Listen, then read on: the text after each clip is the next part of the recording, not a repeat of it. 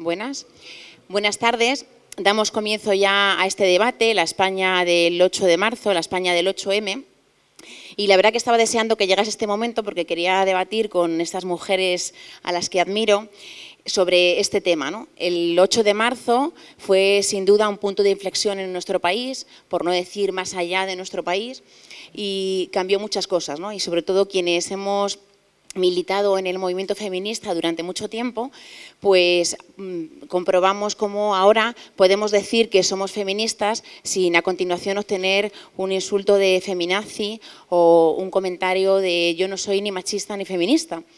Así que muchas cosas han cambiado, no solo esto, y queríamos debatir en esta mesa junto con estas mujeres qué es lo que ha cambiado en España y qué retos tenemos por delante, ¿no? Así que para este debate contamos con voces como las de Aisea Miguela, que es una activista feminista, una imprescindible en el movimiento feminista de Madrid, y quienes la conocemos sabemos que bueno, pues es el alma de muchas fiestas y de muchas manifestaciones. También contamos con Amaya Larrañeta, que es periodista de 20 Minutos, escribe sobre igualdad y sobre sociedad, y ella además tuvo la oportunidad de vivir en primera persona aquello que llamamos Periodistas Paramos y que fueron sin duda un agente imprescindible en este 8 de marzo que cambió España. También nos parecía importante contar con la voz de partidos políticos, así que no podía faltar Izquierda Unida, nuestra fuerza hermana, y por eso contamos con Clara Alonso, que es la responsable de comunicación de Izquierda Unida, pero además Clara ha vivido activamente, ha formado parte activa de la Comisión 8M y del movimiento feminista de Madrid, ¿no? Así que ella también es conocedora y ha podido vivir estos momentos y ha podido ser protagonista también de este cambio en España. Contamos también con Dina Busselham, que junto conmigo será la voz de Podemos Comunidad de Madrid en esta mesa. Y bueno, pues Dina es feminista, es también responsable de comunicación de Podemos Comunidad de Madrid y es también la responsable del área de migraciones. Y seguro que Dina nos hará también un enfoque diferente. Bueno, pues quería empezar este debate analizando cuáles son los éxitos, cuáles son las claves del éxito del 8 de marzo, ¿no? El 8 de marzo, que como decía, cambió nuestro país, pues implicó muchos cambios y las que hemos trabajado y hemos ido a muchas manifestaciones y hemos sido activistas, nos preguntamos ¿por qué ahora? ¿No? ¿Por qué ahora, el 8 de marzo, sí que era tan exitoso y logró tener una movilización sin igual en nuestro país? Y bueno, pues son muchos los ingredientes que me gustaría que debatiéramos y yo percibo pues varios. Yo quiero apuntar varios de los elementos que creo que fueron las claves del éxito del 8 de marzo. Sin duda creo que el patriarcado hizo su trabajo y primero en España con una ley del aborto que propuso el Partido Popular, que propuso Gallardón, logró sacar a la calle a muchas mujeres, también a hombres, que paramos una ley, que echamos a un ministro para decirle que no estábamos dispuestas a aguantar que una ley obligase a muchas mujeres a ser madres y que sobre nuestro cuerpo decidíamos nosotras, ¿no? También la justicia patriarcal hizo su tarea y con sentencias machistas como las de la Manada provocaron que muchas mujeres saliéramos a la calle a decir a nuestras hermanas que sí que las creíamos, ¿no? Estos fueron hitos importantes que sin duda fueron un pozo y un granito de arena en la sociedad española. Pero también a nivel internacional creo que ha habido elementos que sumaron a todo esto, ¿no? Hubo un movimiento, el Me Too, que consistió en que mujeres a las que admiramos, mujeres importantes, famosas, que muchas chicas de todo el mundo quieren ser como ellas, pues hicieron de la denuncia del acoso sexual algo normal, ¿no? Y romper esa brecha, romper esa lanza, hizo sin duda que muchas otras mujeres se atrevieran y que bueno, pues en el imaginario de mucha gente eso ya empezase a ser normal, ¿no? Esa denuncia. hubo más ingredientes, pero a mí me gustaría también analizar las nuevas generaciones, ¿no? Ha habido también una nueva generación de mujeres jóvenes que han sido educadas de forma diferente. Los institutos y los colegios españoles pues no son los que no educan de forma igual que cuando nosotras, las que estamos aquí sentadas, estábamos en el colegio o sin ir más lejos, ¿no?, otras generaciones. Y esas nuevas generaciones de mujeres que vienen sin miedo, pisando fuerte, han impulsado también, sin duda, la organización de este movimiento feminista en España. Y hablando de nuevas generaciones, también me parece importante señalar que existe una nueva generación de periodistas feministas, que ayudaron también a contar y a narrar todo esto que el movimiento feminista estaba organizando, todo esto que se estaba poniendo sobre la mesa en la sociedad, y lograron ayudarnos a contar esto y que este debate estuviese en cada hogar y en cada mesa, ¿no? Para terminar, el éxito del 8 de marzo no fue solo que ese día, el 8 de marzo, las calles se tiñeran de violeta, sino que además hubo un trabajo previo, una organización previa que hizo que un movimiento feminista estuviese mucho más articulado, y también un trabajo posterior o una semilla posterior, ¿no?, que ha provocado pues eso, un antes y un después, ¿no? Pero me parece que uno de los logros más importantes de este 8 de marzo fue sin duda que en cada hogar, en cada centro de trabajo, en cada consulta de médico había un montón de personas debatiendo sobre los cuidados, debatiendo sobre cómo organizar esto, si era conveniente o no era conveniente la huelga, y el hecho de poner en todas las cenas familiares este debate es sin duda ya un logro ya en sí mismo del 8 de marzo, ¿no? Y sobre todo también el mensaje que lanzó y el mensaje que sacamos desde luego del 8 de marzo es que si nosotras no luchamos, nadie lo hará por nosotras. ¿Qué pensáis? ¿Cuáles son para vosotras las claves del éxito del 8 de marzo? Venga, Dina, dale. Ah, vale. Pues dale este si quieres.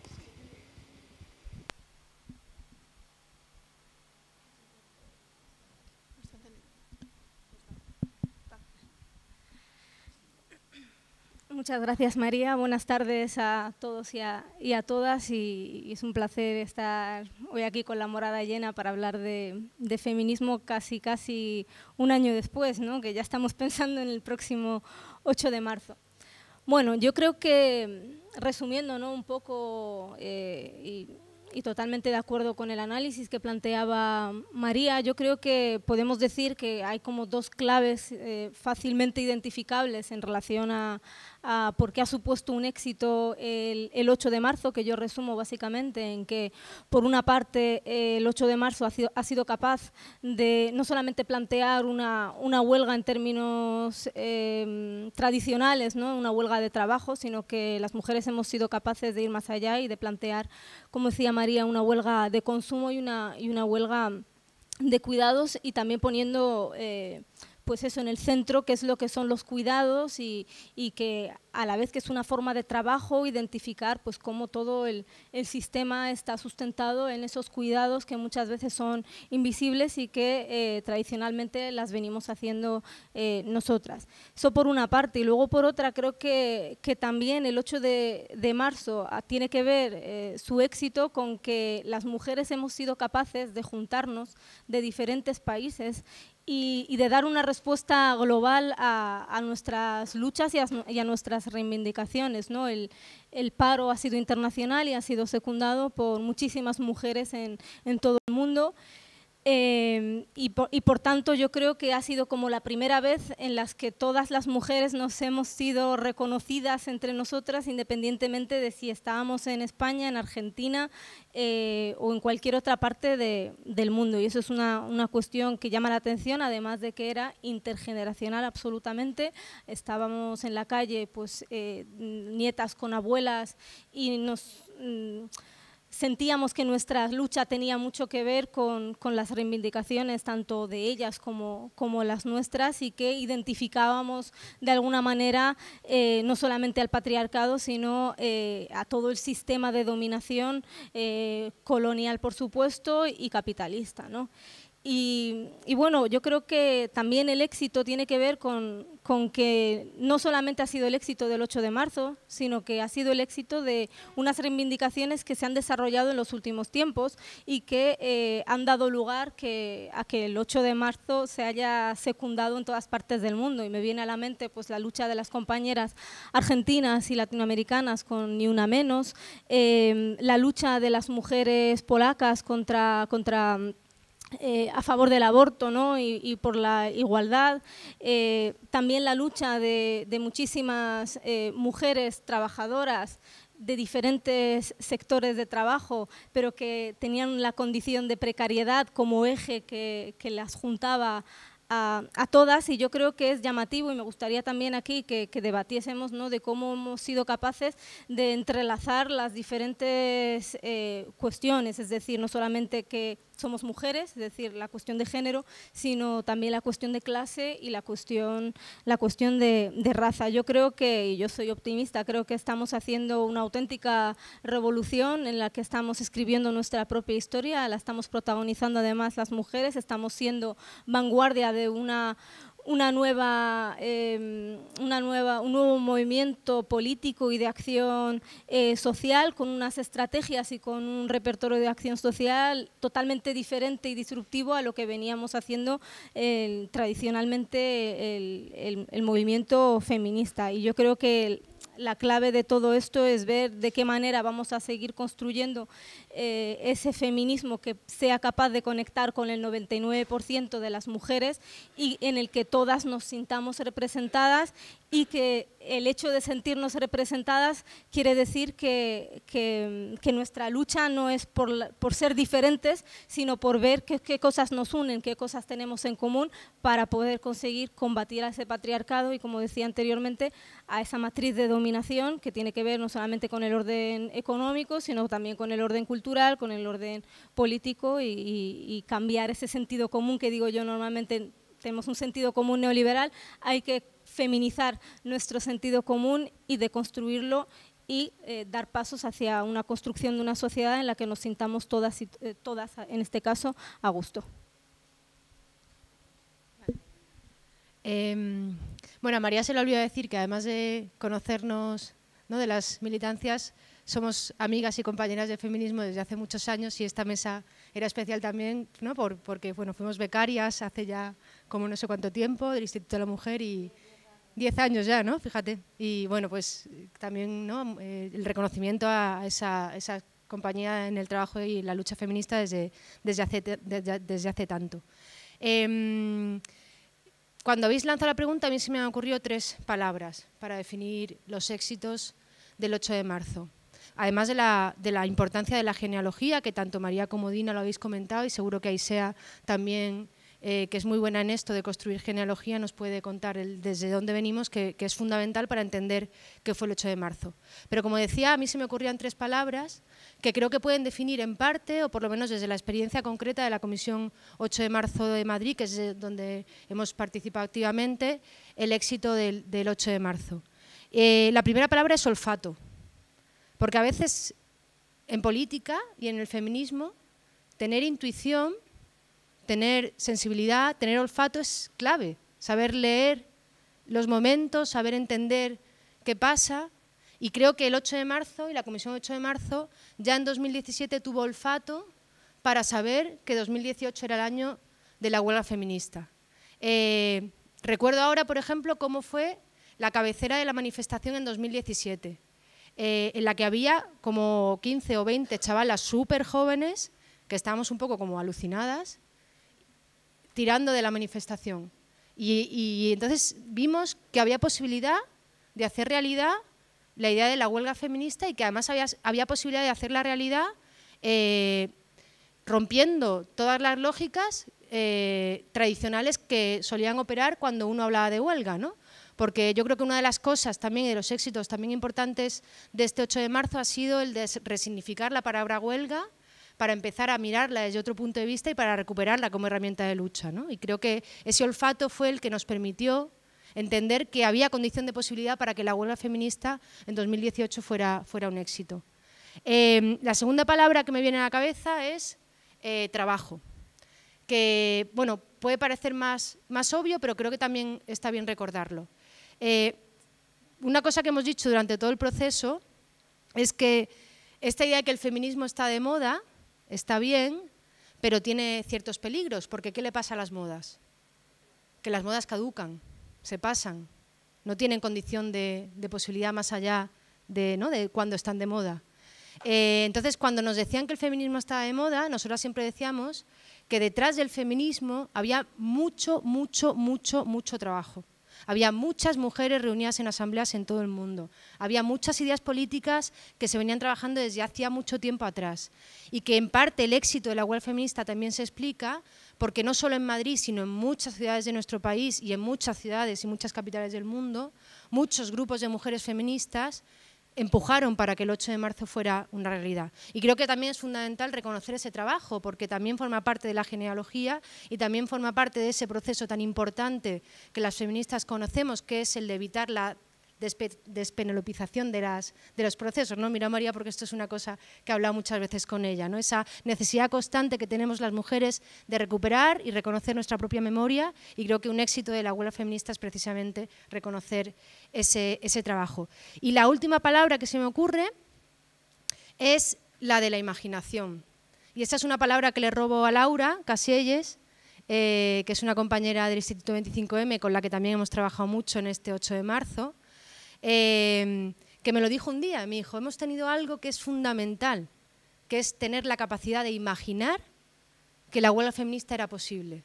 Imaginar que la huelga feminista era posible fue precisamente lo que pensamos cuando en marzo de 2017 convocamos la primera asamblea de cara a la huelga de 2018.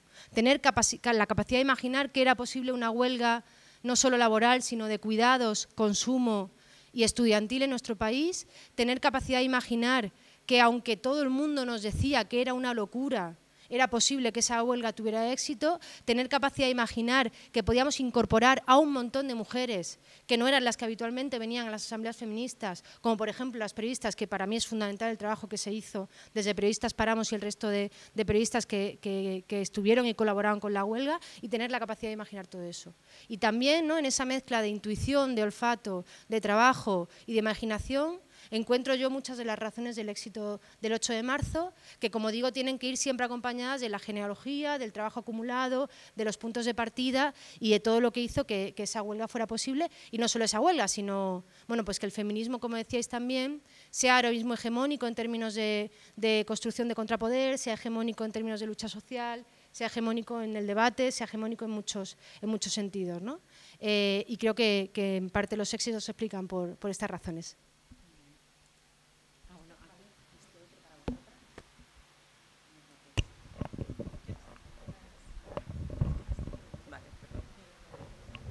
Bueno, pues yo creo, no sé si está, vale. Yo creo que le habéis hecho un resumen estupendo, quiero decir, habéis dado varias claves que son básicas, o sea, que esto viene del pasado, que esto fue intergeneracional, que esto fue...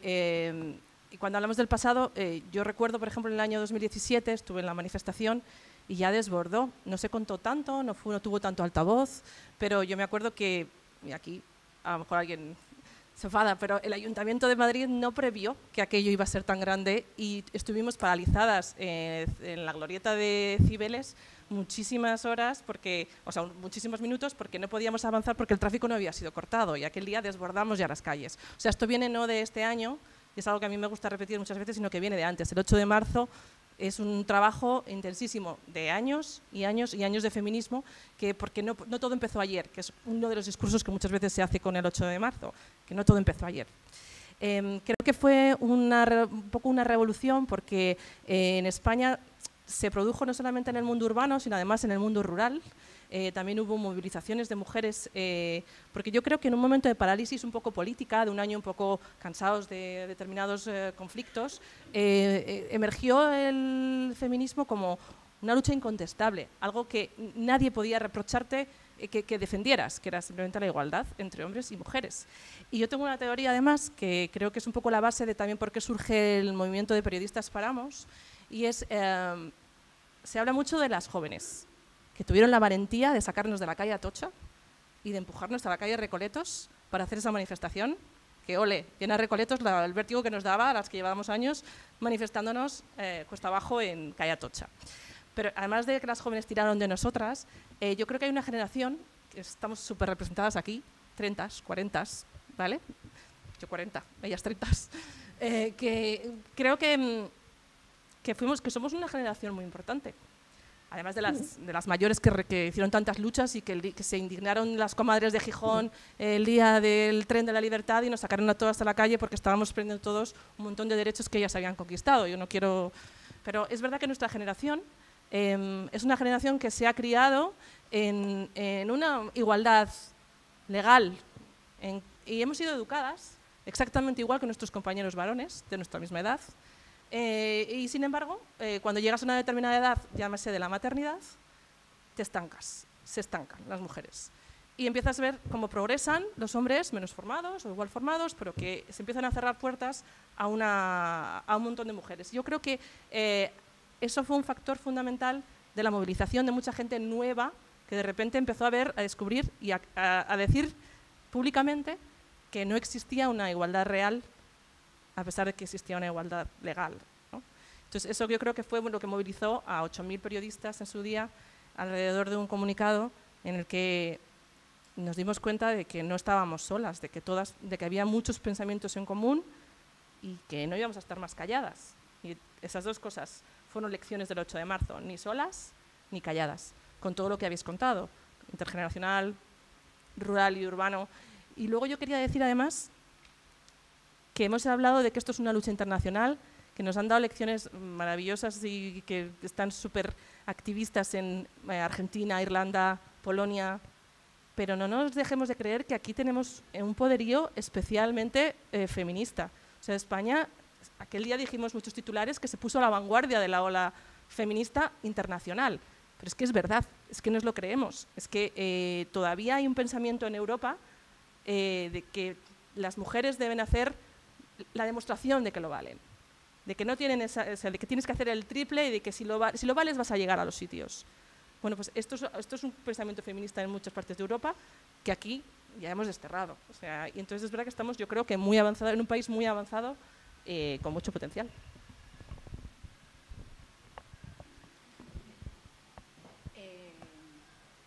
Bueno, la verdad que queda como... Bueno, yo creo que sí que quedan algunas cosas que decir, o yo me había apuntado algunas cosas y entonces pues las voy a decir. No, yo creo que también se han dicho muchas, ¿no? Es decir, si yo tuviera que decir claves por las cuales pienso que el 8 de marzo, yo creo que además tenemos que ir haciendo un ejercicio de no hablar únicamente del 8 de marzo, sino que hablar del movimiento feminista y de la propuesta feminista en este país, ¿no? Es decir, a mí que me retumban los oídos al escuchar la España del 8M, igual por de dónde soy, sí que en plan pienso, ¿no?, la propuesta de país feminista que existe en este momento y que no viene de ahora, ¿no? Yo siempre que voy a una charla o que he ido a una charla en los últimos meses y me han preguntado sobre el 8 de marzo, el movimiento feminista, para mí hay una palabra clave que es proceso y que tiene que ver en varios sentidos, que también tiene que ver con la intergeneracionalidad, ¿no? Pero voy a ir como diciendo, hay para mí 6 palabras que siempre me parece como importantes decir, claves para entender por qué ahora y no hace 3 años o no hace 10, ¿no? De hecho, hace 5 años, cuando cambiamos el recorrido del 8 de marzo, quien ha pasado, me imagino que aquí hay muchas mujeres que se han manifestado toda la vida en Madrid el 8 de marzo, y siempre el recorrido Atocha, Jacinto Benavente, Atocha, hacia abajo, porque las feministas iban en contra de lo que era el recorrido del movimiento obrero tradicional, que iba de Atocha a Jacinto Benavente, ¿no? Entonces, esta genealogía que a mí una vez me contaron y que tenía un sentido político de por qué se iba en esa calle, tras el 15M se plantean, ¿no?, las nuevas generaciones llegan y dicen, oye, pero es que esta calle es una calle secundaria, ¿qué hacemos en esto que no tiene visibilidad ni nada? Vamos a coger el 15M, Sol, ese Sol donde se pierden tanto las manifestaciones y se desvirtúan muchísimo. Cojamos la calle Carretas, Sol, y vayamos hasta Cibeles a acabar en la nada. Y se hizo en el año, creo que 2012, el 8 de marzo, allí la manifestación. Esa manifestación no salió en ningún medio, solamente la recogió lo que es hoy por hoy El Salto Diario, hizo una crónica y ningún otro medio sacó la manifestación en los no era como, pero todas las instituciones, en plan los partidos políticos, hacían actos sobre o relacionados con la igualdad. Entonces, el propio movimiento feminista se planteó de qué pasa este formato enlatado, donde el 7 de marzo tienes tu pieza para hablar sobre el reto de la igualdad y que no tenga una voz el movimiento feminista. Entonces, una clave del éxito y un desafío es que este 8 de marzo se ha conseguido que el movimiento feminista autónomo tenga una voz que diga qué pasa con la realidad de las mujeres en este país.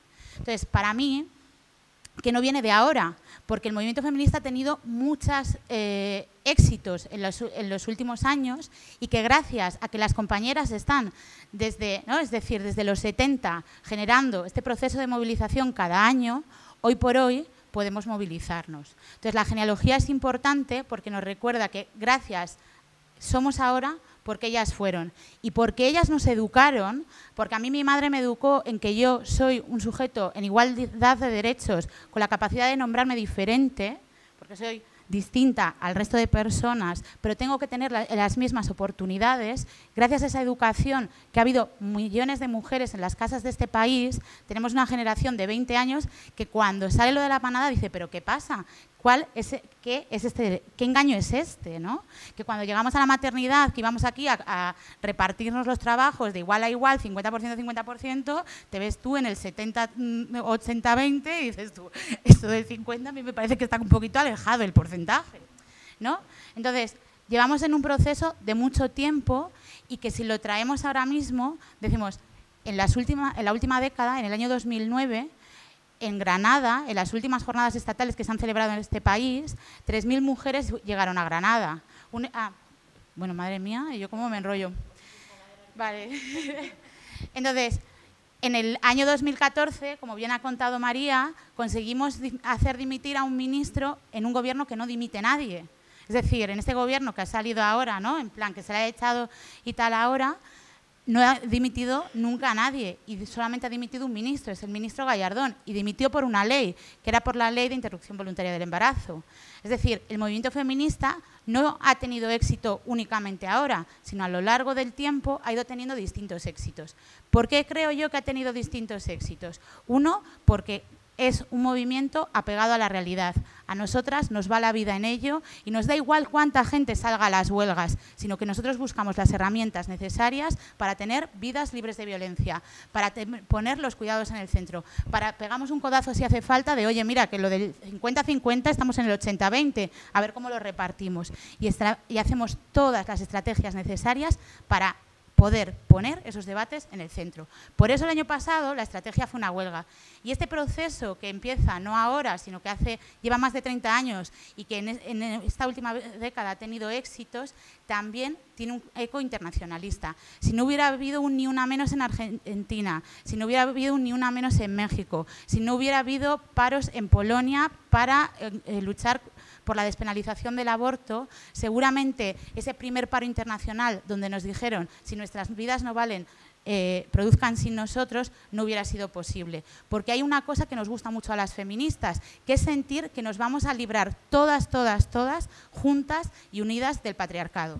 Era muy importante, en ese todas juntas y unidas, un elemento es la diversidad. Nosotras en las asambleas de la Comisión 8 de marzo somos más de 200 mujeres que tenemos entre 14 y más de 70 años, que tenemos distintas realidades laborales y que hay muchas que no trabajamos. Por eso una huelga feminista no se podía centrar únicamente en el ámbito del empleo. Si la mitad de nosotras no trabajamos, ¿a qué huelga íbamos a ir? Era como, es que esa huelga no me representa. Por primera vez hicimos una huelga en la que podíamos participar y podíamos poner un montón de debates en el centro, porque una cosa es todo el tema de la redistribución de la riqueza, cómo está y cómo la propiedad no pertenece a las mujeres, pero además del salario, una disputa es qué pasa con las violencias machistas, qué pasa con la decisión sobre mi cuerpo. Y una huelga feminista permitía poner todos esos debates en el centro. Por eso, una huelga feminista no es una huelga general y no es una huelga únicamente que se podía estar en el ámbito de lo laboral. Y que creo que es también una cosa muy a pensar de cara al 8 de marzo del año que viene. La diversidad, un trabajo por lo común. Nosotras, ¿no? En el argumentario hubo un grupo de trabajo que dijo, ¿por qué hacer una huelga? ¿Cuáles son los motivos que nos llevan a la huelga? Bueno, pues trabajamos por los motivos comunes. En el movimiento feminista, además de estar apegadas a la realidad y que haya un montón de cosas que nos molestan y que aspiremos a tener una vida libre de violencia, a decidir sobre nuestro cuerpo, me repito, porque es muy necesario repetir estas cosas que no siempre están muy caladas dentro de la sociedad, acabo ya. Tenemos muchos debates y hay debates en los cuales no estamos nada de acuerdo, gran parte del movimiento feminista, pero conseguiremos ir avanzando y tener acuerdos.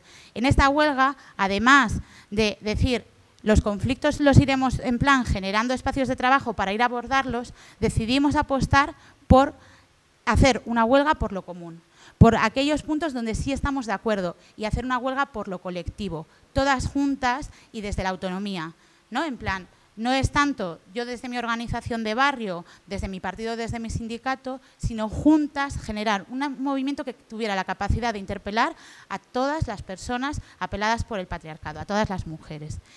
Juntas, diversas, en común, en colectivo, desde la autonomía, apegadas a la realidad, desde la intergeneracionalidad, el internacionalismo y, sobre todo, teniendo en cuenta que esto es un proceso y, como ha dicho Clara, no es una cuestión de un día, nosotras no somos moda, nosotras hemos venido a cambiar la realidad, lo llevamos haciendo desde hace mucho, lo hicieron nuestras abuelas, lo han hecho nuestras madres y lo seguirán haciendo las que nos sigan.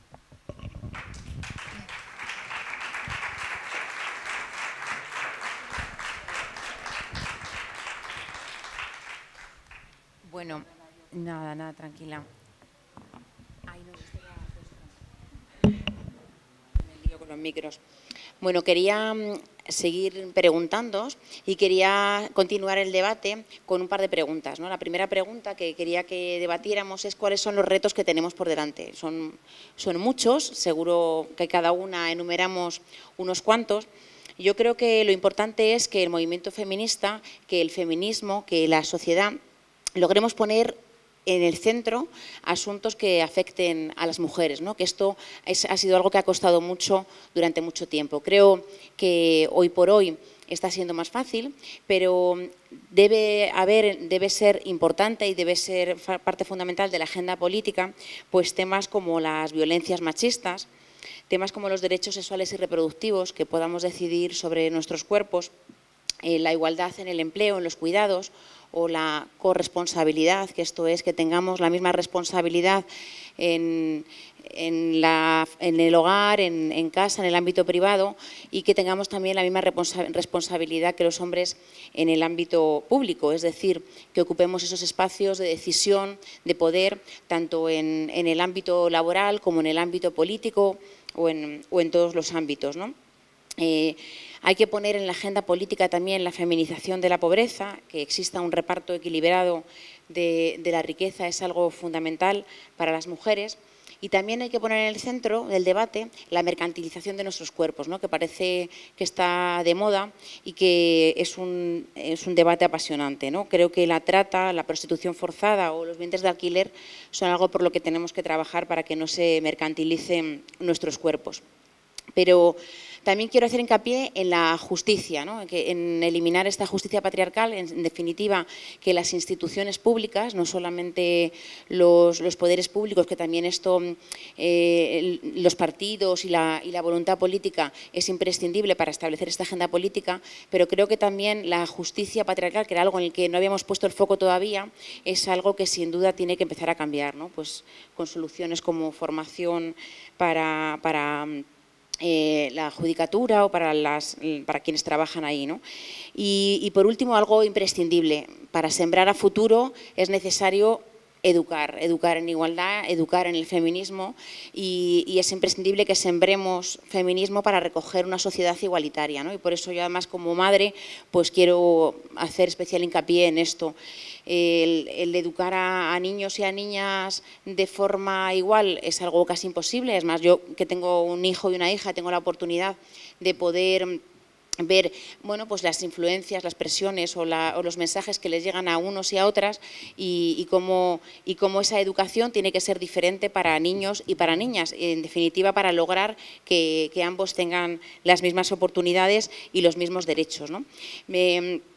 Y por último, bueno, pues contar una anécdota que siempre cuento, que es bueno, Lucas, cuando era más pequeñito, me decía: mamá, las chicas no juegan al fútbol. Y bueno, pues a mí esto me ponía negra, porque como vamos a ver, me cabreaba, ¿no? Y decía, pero ¿cómo que las niñas no juegan al fútbol? Pero vamos a ver, Lucas, claro que las chicas juegan al fútbol, ¿no? Entonces, bueno, enseguida, obviamente, le llevé a un partido del Rayo Féminas, que además en Vallecas tenemos a las campeonas, ¿no? Yo porque no conocía a Dina, que si no hubiéramos ido a ver un partido de Dina, pero claro, luego la lógica, me di de bruces con la lógica, ¿no? Porque decía, ¿cómo Lucas va a pensar que las chicas juegan al fútbol cuando pone la tele y a cuántas chicas ve jugando al fútbol, ¿no? Pues a ninguna, ¿no? Lo que no se ve no existe. Y por tanto es imprescindible que tengamos visibilidad y que las mujeres ocupemos esos espacios de poder de los que decía, esos espacios de decisión y ocupemos todos los espacios que nos corresponden como mitad de la población que somos, por lo menos, y que esos espacios, ocupar esos espacios en definitiva, signifique que al final nuestros hijos y nuestras hijas también tengan otros modelos de los que guiarse, ¿no? Y por tanto también mi hija cuando encienda la tele pues quiera ser futbolista porque sea algo que se le ocurra y se le pueda pasar por la cabeza, ¿no? Así que, bueno, pues estos son los retos que yo he enumerado, pero seguro que vosotras tenéis muchos más retos por delante. ¿Cuáles son los retos para ti, Dina?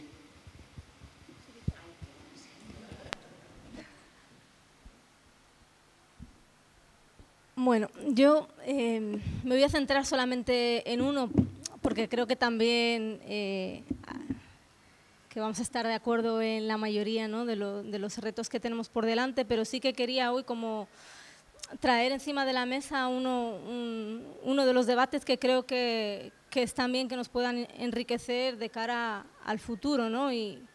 Y quería hacer una pregunta al público, ¿no?, de cuántas mujeres migrantes hay hoy aquí en la sala, que levante la mano. Ninguna. Bueno, yo soy migrante, pero no cuento. Pues bueno, pues ahora vais a entender por qué quería traer también este debate, que además no es una cosa de ahora, sino que en la anterior huelga del 8 de marzo del año, o sea, del 2017 y hasta la actualidad hay como un debate en diferentes ámbitos, sobre todo dentro del ámbito académico, pero también en el ámbito de los movimientos sociales antirracistas, feministas, de si las mujeres migrantes, las mujeres racializadas, debíamos o no formar parte de la huelga feminista y si nos sentíamos representadas en esa huelga, ¿no? Y me acuerdo que en la anterior huelga este debate, pues de alguna manera lo lideró, entre comillas, afroféminas, de mujeres afrodescendientes en España, que dijeron que no les representaba el feminismo hegemónico blanco y que por tanto rechazaban formar parte del movimiento feminista, formar parte de la huelga, no querían secundar la huelga porque se sentían marginadas y veían que esa condición suya de raza no se veía identificada en esta lucha del movimiento feminista. Yo respeto totalmente y entiendo, cómo no, el razonamiento, ¿no?, de todas las mujeres que formamos parte de este país y que a pesar de tener un acento o un color de piel diferente, somos mujeres a las que nos afecta la cuestión de género, evidentemente, además de la cuestión de clase y evidentemente la cuestión de raza. Sin embargo, yo creo, y esto es mi opinión y quería también dejarlo hoy en el debate, que de alguna manera el separarnos estamos posibilitando que el patriarcado use precisamente esos espacios que no nos unen, sino que nos diferencian, para seguir afianzando su poder y para seguir afianzando su matriz de dominación. Dicho esto, sí que estoy completamente de acuerdo en que tenemos que hacer un esfuerzo desde todos los espacios por entender cómo se entrelaza la cuestión de clase, como decía, la cuestión de género y la cuestión de raza. Y aquí es importante, yo creo, que hagamos como memoria colectiva y memoria histórica y acordarnos de cómo se ha utilizado el colonialismo a lo largo de la historia, ¿no? No hace falta ir a Marx para darte cuenta de que el desarrollo propio del capitalismo se ha sustentado en el nacimiento del capitalismo y del comercio mundial, en la esclavitud y en la colonización. No hace falta ir a textos muy antiguos para darse cuenta de que efectivamente las mujeres migrantes y las mujeres racializadas, pues tenemos un componente y una realidad que nos atraviesa y que nos diferencia en esa cuestión y nos precariza aún más, si cabe, que al resto de las mujeres que no sufren pues esa cuestión de raza.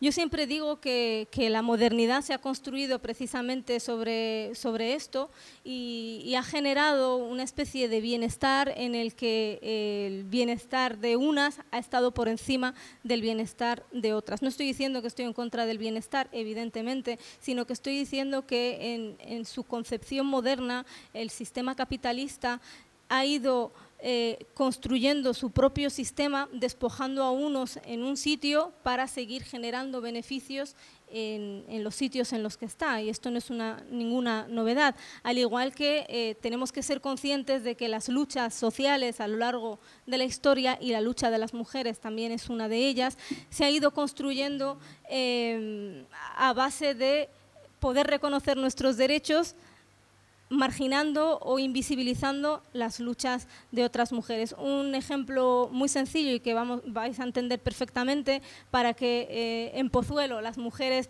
puedan ir a trabajar, las mujeres blancas, digamos de clase media entendida como un concepto sociológico, ¿no?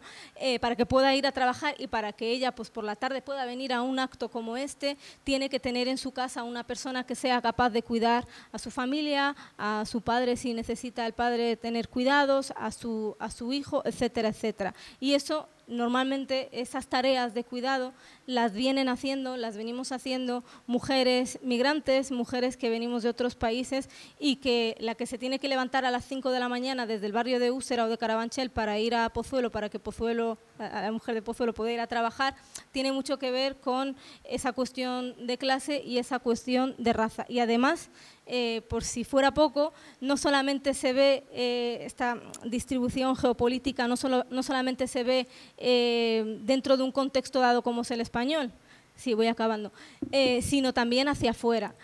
Llama mucho la atención que, por ejemplo, y luego lo hablaremos, cuando tú entras a una tienda de H&M y ves que venden camisetas donde pone to be feminist, ¿no?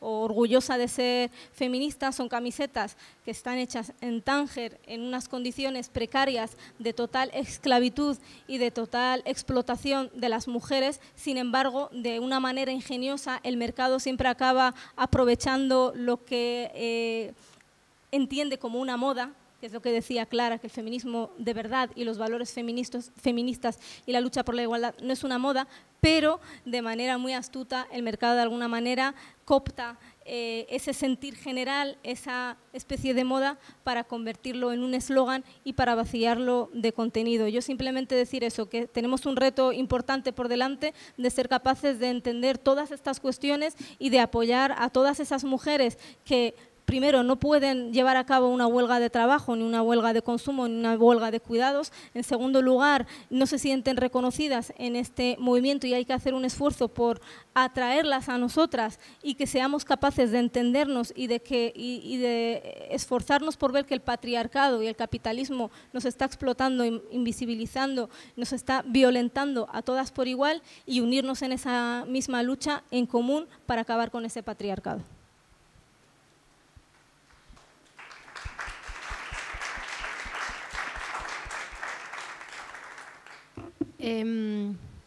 Yo creo que hay varios retos encima de la mesa.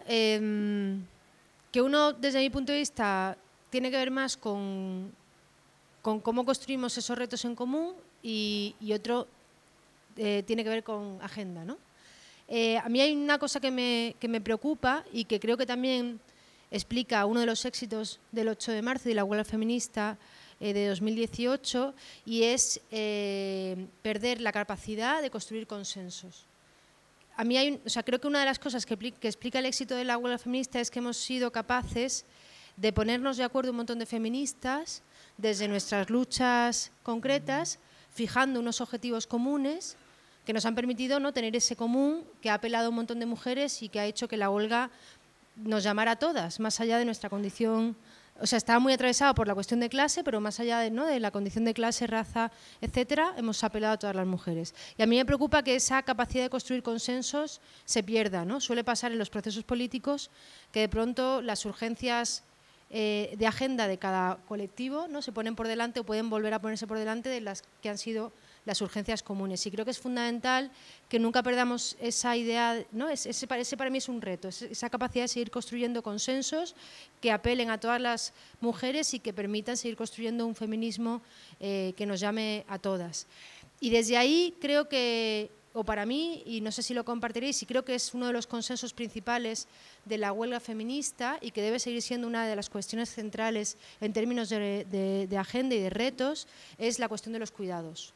Creo que, como dice Fraser, una de las contradicciones principales del capitalismo neoliberal en este momento a nivel internacional es precisamente la que tiene que ver con la reproducción de la vida, con la reproducción social.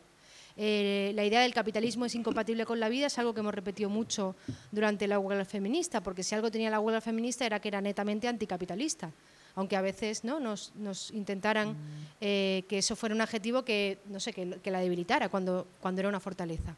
Y lo era no fundamentalmente porque lo dijéramos todo el rato, sino porque lo que estábamos planteando era que esa alianza entre capitalismo y patriarcado, que también comentaba Dina, hacía que la vida no fuera posible. No que el trabajo no fuera posible, no que los estudios no fueran posibles, sino que la vida misma estaba siendo imposible de llevarse adelante con este modelo precario, insolidario, injusto en el que vivimos, ¿no? Que este modelo de contratos por horas nos tiene absolutamente extenuadas, que este modelo de triples, cuádruples jornadas nos tiene totalmente extenuadas, que este modelo violento nos asesina, es decir, que lo que nos estaba costando era sacar la vida adelante. Y creo que no perder esto en el punto de vista, que para mí se traduce en poner en el centro la cuestión de los cuidados, me parece esencial. Porque sí que, ¿no?, apelando a los cuidados, creo que de una manera u de otra sí que se consigue, ¿no?, que muchas mujeres se sientan llamadas a esta lucha. Más allá de que está clarísimo que funcionan las cadenas globales de cuidados, que hay muchas mujeres que para que podamos cuidar de sus hijos, ¿no?, de otros hijos, dejan de cuidar de los suyos y todo esto. Pero como digo, para mí es central que el feminismo tenga como prioridad en la agenda la reproducción de la vida y el trabajo de cuidados. Y desde ahí, pues poner, por ejemplo, los retos concretos también encima de la mesa. Creo que es fundamental que hagamos bandera durante este año de la ratificación del convenio 189 y de todo lo que tiene que ver con el trabajo y los derechos de las trabajadoras de hogar. Creo que es fundamental que hagamos bandera por construir modelos de vida donde los cuidados se repartan de manera razonable, no solamente entre familias, porque esta idea de que la corresponsabilidad la vamos a resolver poniéndonos de acuerdo padres y madres es, ¿no?, como la gran mentira del capitalismo. Quiero decir, los cuidados no solamente se resuelven en el ámbito de la familia, sino que tienen que resolverse en el ámbito de la familia, tienen que resolverse en el ámbito de las empresas y tienen también que resolverse desde la política pública, ¿no? Y creo que esa tiene que ser una prioridad y que es a partir de esos consensos desde donde el feminismo puede seguir construyendo fortalezas y puede seguir desarrollando esas potencialidades. Y también creo que es una prioridad, debe ser una prioridad, que es también una de las cuestiones centrales en el tema, ¿no?, durante todo el proceso de la huelga feminista, la lucha contra toda forma de violencia machista, porque bueno, vuelve otra vez, y esto sí que creo que se han dado grandes avances, y por ejemplo el Grupo Confederal de Unidos Podemos presentó en julio una ley contra la violencia sexual que es un nuevo paradigma del planteamiento del trabajo de lucha contra la violencia sexual, que cambia por completo los puntos de vista y que plantea una reforma, por ejemplo, del Código Penal, que es esencial para entender la necesidad de cambiar los tipos de delito, las agresiones sexuales y todo este debate. Y creo que también la lucha contra la violencia machista tiene que seguir siendo una cuestión central de la agenda. Y me callo ya, que voy a decir. Bueno, pues a mi modo de verlo, algo que había comentado antes María, yo creo que hay dos, voy a intentar hacerlo de dos maneras. Una sobre la forma y otra sobre específicamente del periodismo, ¿vale? Para centrarlo un poco. Entonces, sobre la forma, una de las reivindicaciones siempre del feminismo es que debemos ocupar el mismo espacio, como había dicho María, que los hombres, ¿no? Pero mi preocupación es cómo. O sea, ya no ocupar lo mismo para hacer lo mismo, sino para hacerlo de otra forma. Entonces, yo creo que una reflexión del feminismo debe ser cómo, ocupando esos espacios, se nota de verdad un cambio social hacia donde el feminismo querría llevarlo, en todo lo que significa la igualdad. Entonces, además de la forma, en cuanto al periodismo, bueno, yo creo que sí que el 8 de marzo sí que ha provocado un poco, ya habéis visto, ¿no? Quiero decir, un poco de tsunamis en algunos sitios, por lo menos tenemos nuevas directoras de medios, existen, existen corresponsales de género que antes no existían, existe una intención de mirarse por dentro y hacia afuera cómo se hacen las cosas transversalmente con una mirada de género, con una mirada feminista. Todo esto son palabras y hay que llevarlas a cabo, hay que hacerlas, ¿no? Entonces, esto debe redundar no solo en que tengamos más, en que saquemos todas estas luchas que cada una de nosotras tendríamos miles pendientes feministas por delante como retos que nos hacen ir a la siguiente manifestación del 8 de marzo y a la siguiente, porque esto no se acaba aquí, sacar todas, las violencias machistas, conciliaciones, cada una tendremos 3 o 4 o 5 o 10, sino que además tener esos debates en primera plana. El orden de las informaciones es muy importante y yo creo que es algo que va a cambiar en los próximos meses, precisamente por estos cambios que estamos viendo, la importancia que se les da a unos aspectos sobre otros. Y eso al final también provocará cambios sociales, con lo cual creo que tenemos mucha responsabilidad y a la vez mucha tarea pendiente. Pues yo voy a contar una anécdota. El año pasado, por estas fechas, en septiembre, vino Silvia Federici. Silvia Federici es, ¿no?, una filósofa feminista, ahora muy conocida, está en muchas librerías, o ahora más conocida que antes. Y yo la verdad que cuando fui a ver La Matadero, era la primera vez que iba a una charla feminista y me parecía que estaba en una cola de los Rolling Stones, porque más de 1000 personas se quedaron fuera. De hecho, yo entré porque iba a hablar del 8 de marzo. Es la suerte de, como siempre hablo del 8 de marzo, pues hay veces que te viene bien para algunas cosas. Y entonces, el año pasado, en septiembre, yo iba a contar esto del 8 de marzo, ya hay una asamblea mensual, estamos preparando una huelga, tal, no sé qué. Y yo soy de Bilbao, mi madre vive allí, y la llamo diariamente y me dice, ¿dónde vas? Y digo yo, a una asamblea del 8 de marzo. Y todos los días le decía eso. Mi madre me dice, hombre, tienes la suerte de que has convertido tu vida en el 8 de marzo, ¿no? El lema lo has hecho realidad. Hoy, un año después, he de decir, y que después del 8 de marzo, que hay muchas más mujeres, ¿no?, que tienen la misma suerte que yo y que compartimos que todos los días están siendo 8 de marzo y que ya estamos preocupadas en qué va a pasar. Y uno de los desafíos que yo creo que tenemos es, de cara al próximo 8 de marzo, es a no perder la imaginación, a seguir apegadas a la realidad y a no tener miedo al éxito, porque parece que de repente, cuando has conseguido hacer una movilización grande, donde has cambiado algunas mentalidades, donde se han sumado gentes o donde se han incorporado, ha habido algún tipo de cambio, parece que te entra como un traje de Estado y que no le puedes fallar a nadie. Y es como, perdonar, ¿sabes? En plan de, si nosotras lo único que no vamos a hacer es fallarnos a nosotras mismas y siempre vamos a estar dispuestas a generar el conflicto necesario para resolver los conflictos que tenemos. El año pasado, para hacer la huelga, había un equipo de contenidos, hay un argumentario que tiene 4 ejes. Los 4 ejes son, hay 2 como muy tradicionales y muy asociados al feminismo, que tienen que ver con acabar con las violencias machistas, ampliamente entendidas. Es un eje, violencias, hay otro eje que es cuerpos, ¿no? Por ejemplo, el 28 de septiembre habrá una movilización en Madrid para volver a exigir la despenalización del aborto, del Código Penal, porque yo creo que en este país todavía mucha gente no sabe cómo se aborta en este país y cómo las mujeres que deciden tener que abortar tienen que estar 3 días porque no somos mayores de edad o no nos lo hemos pensado suficiente y te entregan un sobrecito donde te dan todas las informaciones de ayuda a la familia, por ejemplo en la Comunidad de Madrid, para si quieres interrumpir un embarazo como que igual no te lo has pensado bien. Por si acaso las mujeres, como no pensamos mucho, pues nos ayudan, ¿no? Las leyes nos ayudan. Entonces, hay el eje de cuerpos, el eje de violencias, el eje de economía y el eje de fronteras. Y a mí me parece muy importante, es verdad, ¿no? El eje de fronteras, que se elaboró el año pasado, tiene que ver con que no queremos que en nuestras ciudades haya centros de internamiento para personas extranjeras, con que las personas, ¿no?, da igual de dónde hayamos nacido o qué cultura, tengamos la posibilidad de reconocernos en el imaginario colectivo y descolonizarnos en los conocimientos y en los libros de texto. Porque cuando hablamos de la diversidad tenemos que poder reconocernos y reflejarnos en los libros de texto, en los medios de comunicación, en el lenguaje, en podernos nombrarnos todas, todas, todas. Y no todas tenemos el mismo acceso y ni podemos ejercer el mismo derecho a reconocernos.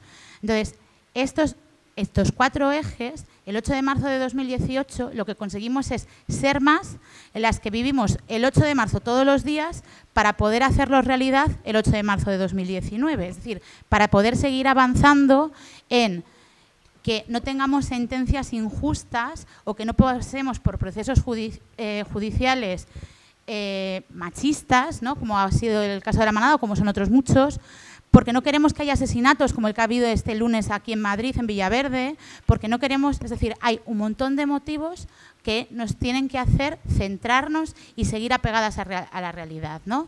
Decía Clara, el convenio 189, y a mí me viene a la cabeza una compañera que se llama Rafaela Pimentel, que es de territorio doméstico, muy activa en la Comisión 8 de marzo, muy activa en el movimiento feminista, alma de muchas fiestas y de muchas movilizaciones también, con la cual comparto tiempo, militancias y vida. Y ella, cierro con otra anécdota, fuimos al concierto de Calle 13, llegamos hasta los conciertos del movimiento feminista, ¿no? ¿Quién nos iba a decir? Empezaba con que Silvia Federici parecía que había estado yo en el concierto de los Rolling. Este junio, el 28 de junio, Calle 13, René Residente, que es verdad que ya no es Calle 13, René, nos invitaba a un concierto. Y en este concierto participábamos colectivos como el colectivo para despenalizar la venta ambulante a través de la manta, manteros, y participábamos en el movimiento feminista. Rafael Pimentel en ese momento nos dieron paso a las compañeras del movimiento feminista a través de vamos a dar la vuelta al mundo. Y ella se apoyó en esa frase y decía, nosotras, las empleadas de hogar, el movimiento feminista, que formamos y construimos día a día, la red de mujeres latinoamericanas, que formamos parte de este movimiento feminista, vamos a darle la vuelta al mundo y vamos a ratificar el convenio 189. Y no solamente se va a ratificar, sino que se va a hacer efectivo y realidad, porque lo fácil es ratificarlo. Lo difícil y el conflicto que nosotros tenemos como reto es hacerlo realidad en el día a día en las contrataciones de todos los hogares de este país. Para poner la vida en el centro, la redistribución de los cuidados es esencial y tener en cuenta cómo nos enfrentamos a la redistribución de los cuidados las distintas mujeres en las condiciones que tenemos por nuestro origen migratorio, por nuestra orientación sexual, por nuestra identidad o por nuestra edad es fundamental. Bien, vamos a por la tercera y última pregunta. Luego tocará a todos y todas las que estamos aquí seguir debatiendo, pero para las ponentes del escenario quería seguir debatiendo y seguir preguntando una última cuestión. Hasta ahora hemos hablado de lo que hemos hecho, ¿no? Lo que hicimos para que el 8M fuera exitoso, lo que tenemos que hacer, y ahora me gustaría que hablásemos de lo que hacen los demás, qué es lo que está pasando en nuestro entorno, y ahora que el feminismo es hegemónico, es sentido común, o al menos lo parece, quería que analizásemos qué riesgos o qué ventajas puede tener esta situación, ¿no? Veíamos cómo cómo la cultura pop, los personajes famosos de la cultura pop confluyen ahora con el feminismo, y ahora Beyoncé en sus espectáculos aparece la palabra feminist o otros lemas del movimiento feminista. Vemos también cómo Dior vende camisetas con mensajes feministas. Vemos cómo Ana Patricia Botín, la presidenta del Santander, ha declarado ser feminista. Y bueno, pues nos preguntamos, o mucha gente se pregunta, si Beyoncé y Ana Patricia Botín son feministas o solo utilizan para un provecho comercial un movimiento que está en alza, ¿no? Y yo me pregunto, y quería plantearlo aquí, por generar también un poco de polémica, si es importante cuál es la intencionalidad de Beyoncé o de Ana Patricia Botín para que también el feminismo logre sus objetivos, ¿no? Para que el feminismo logre, en definitiva, la liberación de todas las mujeres, ¿no? Porque vaya por delante que el feminismo que no trabaja por la liberación de todas las mujeres no es feminismo. El feminismo, como bien hablábamos ahora, precisamente por su capacidad de la diversidad, trabajará por la igualdad y por los derechos de todas las mujeres, ¿no? Seamos blancas, negras, altas, bajas, ricas, pobres o de todo tipo, ¿no? Por tanto, bueno, pues en esta sociedad de un capitalismo salvaje, donde el movimiento feminista ha empezado a tener un peso importante, vemos como bueno, pues la cultura pop, las empresas, la industria y los personajes famosos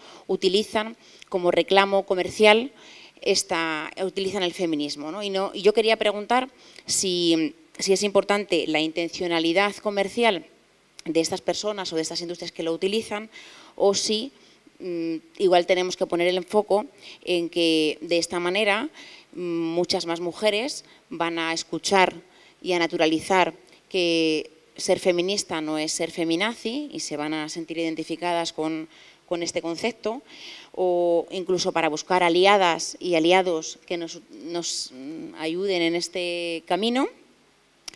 Y si tenemos que desaprovechar este mainstreaming, este mensaje que llega a mucha gente de la sociedad, a mucha más gente que probablemente de la que llegaríamos de otra manera, y que cualquier mujer pueda sentirse identificada con este mensaje, ¿no? Entonces, quería poner sobre la mesa que existen claros riesgos, pero que existen también claras ventajas, ¿no?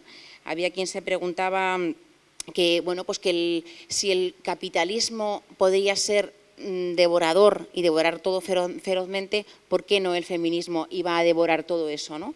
Así que, bueno, pues yo quiero también apelar a esa imaginación y a esa valentía del movimiento feminista a tener éxito y a disputar sobre ese concepto de feminismo que claramente quieren disputar también desde otros ámbitos, ¿no? Así que quería saber vuestra opinión, Clara. Pensando en esto me he acordado de un cartel que sacó IKEA después del 15M, que ponía una silla y ponía diseño democrático.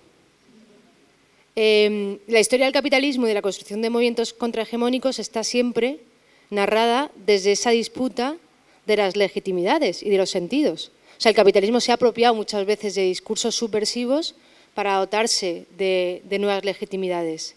Fraser, que yo es que soy muy de Fraser y siempre la cito, cuenta en uno de sus textos más importantes, que es El capital y los cuidados, cómo el capitalismo se apropió de muchos discursos del feminismo de la segunda ola para dotarse de nuevas legitimidades y construir, ¿no?, esta especie de capitalismo de la igualdad de oportunidades en el que mujeres y hombres tienen que competir sin ningún problema en el mercado para no perder sus talentos, ¿no? Es decir, la tensión entre las luchas contrahegemónicas o las luchas o la construcción de contrapoder o los discursos de resistencia con el propio sistema capitalista siempre es una constante, ¿no? Y yo creo que vivimos un momento en el que eso se ve de nuevo. Y creo que, como ha dicho María, en la pelea en la que estamos ahora es algo, bueno, que incluso la noche anterior, la propia noche del 8 de marzo, ya lo hablábamos en la Comisión 8 de marzo, que era la idea de la disputa del sentido. Era importante que ahora peleáramos para que todo ese sentido común que habíamos construido como feministas no fuera apropiado por el propio sistema para dotarse de una nueva legitimidad. Y en ese sentido creo que para que eso no pase es fundamental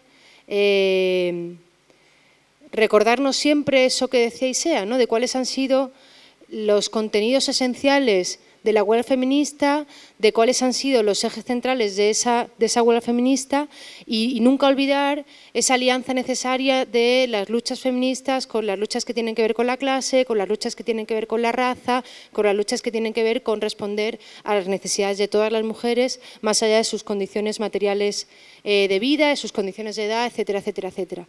Entonces creo que en este momento seguimos ganando esa pelea. O sea, yo hago un diagnóstico positivo de resultado porque creo que sí que hemos conseguido que muchas cosas que eran inimaginables, como decíamos antes, hace años, ahora, ¿no?, sean una realidad en términos de sentido común.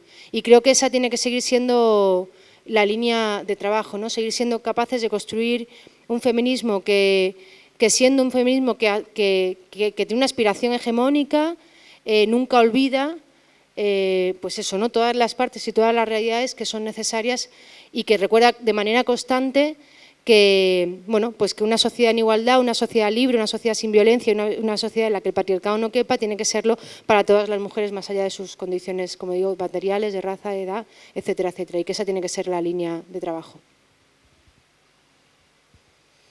Bueno, María preguntaba si era un problema, ¿no?, que Beyoncé o que Botín fuese feminista, ¿no? Yo a esa pregunta yo creo que para todas nosotras evidentemente queremos una sociedad feminista, por lo tanto queremos que haya mujeres feministas en todos los espacios, ¿no? Yo creo que la pregunta en sí es evidentemente sí, queremos que todas las mujeres sean feministas, pero claro, y ahí es donde decía Clara, lo que está en juego es la disputa por el sentido, ¿no?, por el significado del feminista, ¿no? ¿Qué es ser feminista? ¿Cuáles son los valores que se atribuyen al hecho de ser feminista? ¿Es lo mismo que Ana Botín o que el Corte Inglés o que Inditex digan que son feministas porque llevan un eslogan, a que lo diga, por ejemplo, una mujer de las Kellys, ¿no?, que pelea por sus condiciones de vida, de trabajo y por la igualdad? Pues evidentemente no, y yo creo que esa es la disputa que nos toca ahora mismo hacer y esa es la clave también del movimiento feminista actual, de ser capaces de conectar con ese 99% de las mujeres, citando también a Fraser, que habla mucho de ese feminismo del 99%, y de destapar de alguna manera eso que se llama, ¿no?, el neoliberalismo progresista, por el cual pues te venden la moto de que está guay, está de moda ser feminista, pero la gente al final no sabe muy bien qué es lo que es ser feminista. Por lo tanto, yo creo que el reto fundamental es de ser capaces de, no de vaciarlo de contenido, sino de indicar precisamente cuál es la lucha que lleva a cabo el feminismo. Y yo creo que hay un concepto que es el purple washing, ¿no?, que lo han desarrollado mogollón de feministas. A mí, o sea, hay un libro, el porno burka, en el que se desarrolla este concepto y habla precisamente de los límites de cómo en un principio se intentó vaciar la lucha feminista y hacer ver, hacer entender que el racismo, la islamofobia, todo lo que no era feminismo blanco hegemónico era peligroso, no era feminista y tal, y que hoy en día ha sido el feminismo, digamos, empresarial el que se ha apoderado de todas estas luchas del propio capitalismo por vaciar de contenido la lucha feminista. Yo he identificado como 4 riesgos del purple washing o del lavado en morado literal al que nos enfrentamos hoy en día, ¿no? De alguna manera, caer en la trampa de decir que Inditex es feminista nos lleva en primer lugar, a deformar la lucha feminista, porque al final la explotación y la cosificación nadie habla de ella. Tú te pones una camiseta y te consideras feminista por el hecho de llevar esa camiseta, olvidándote que quien ha producido esa camiseta la ha hecho en condiciones de explotación y de cosificación de la propia mujer. En segundo lugar, falsea la imagen de la mujer porque la representa de alguna manera empoderada. María hacía alusión a Gucci o a Dior, ¿no? Sí, que seguramente será un spot en el que aparece una mujer bellísima, blanca y tal, ¿no? Y empoderada, libre y demás, ¿no? Y de alguna manera nos desvía en la lucha de la mujer en la que todavía no hemos sido capaces de igualarnos a las condiciones o sea, tener igualdad y que nos aleja de la corresponsabilidad, de la brecha de género, del techo de cristal, de las violencias machistas que siguen estando a la orden del día y no lo vas a ver en ningún spot. En tercer lugar, rompe con el concepto de interseccionalidad, como decía anteriormente, siempre ves a mujeres blancas, con mucho dinero, ¿no? Es una cosa aspiracional, la libertad está asociada a un concepto de clase, de tener dinero y de poder gastarlo y de consumir, etcétera, etcétera. Y en cuarto lugar, establece la idea de que solo existe un feminismo y hemos visto aquí, hemos debatido de que feminismo no hay uno, hay muchos feminismos y la riqueza del propio feminismo es eso, ¿no? Que seamos diversas pero que a la vez nos reconozcamos en una misma lucha común. Y ya para terminar, hay una anécdota que en realidad no es una anécdota, que hace referencia a cómo en los años 30 el hecho de fumar estaba asociado a lo masculino y iba asociado a determinados atributos que tenían que ver con el poder, que tenían que ver con la libertad, etcétera, ¿no? Y hubo un publicista, un experto de marketing, llamado Edward Bernays, al que contrató una empresa de tabaco, la American Tobacco, que se puso en contacto con este señor y le dijo, mira, quiero llegar al mercado de las mujeres, ¿cómo hago? ¿No? Y entonces este experto en marketing propuso de alguna manera crear como una especie de reunión de mujeres que la habían hecho a propósito para cumplir con su objetivo de atraer al mercado femenino, al mercado del tabaco, y se reunieron una serie de mujeres en Nueva York fumando por primera vez públicamente un cigarrillo, que a partir de ahí hubo como una especie de revolución, las mujeres, la libertad, el empoderamiento de la mujer y tal, que estaba asociado a la idea tradicionalmente del hombre, ¿no? Y cómo de alguna manera el marketing se apropió de una cosa que tú puedes decir,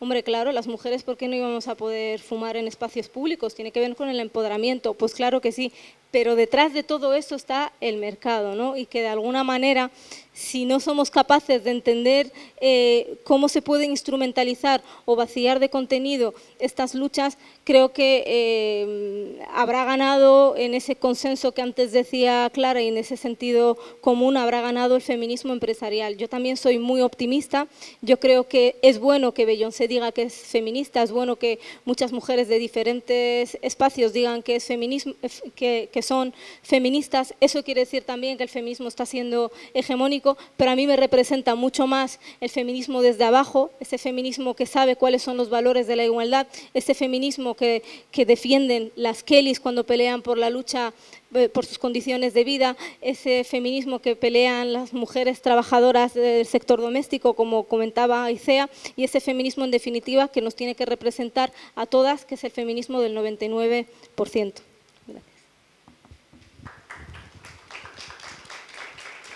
Bueno, pues esto...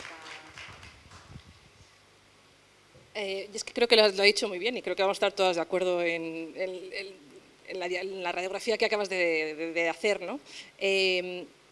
Yo sí que pienso que soy un poco alérgica a los carnets, entonces a veces nos ponemos muy espléndidas, yo me gusta decir que llevo mucho tiempo, pero es verdad y no pasa nada, estoy súper orgullosa, pero quiero decir que a las que llevamos mucho tiempo, a diferenciarnos de las que acaban de llegar, a diferenciarnos de si son de A o de B, pues no nos centremos en los carnets, en quién es más o menos feminista, o por lo menos ese es mi aspecto. Ojalá cada vez más gente haya feminismos, los entiendan como los entiendan, siempre será mejor que no contemplarlos siquiera. Entonces creo que no es negativo que Ana Botín haya cambiado de opinión, que Madonna haga discursos que que motiven o que Beyoncé se considere feminista.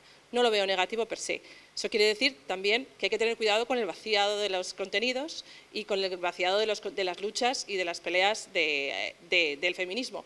Y que lo que hay que hacer es ayudar a que la gente nueva retenerla. Esto también es muy marketingiano, pero es verdad. O sea, es convencerla de que yo creo que se autoconvencen y por eso el 8 de marzo fue un éxito, porque realmente lo ven en sus propias carnes. Tampoco hay que contarle a la gente nada nuevo, si es que lo están viviendo día a día y es una realidad palpable.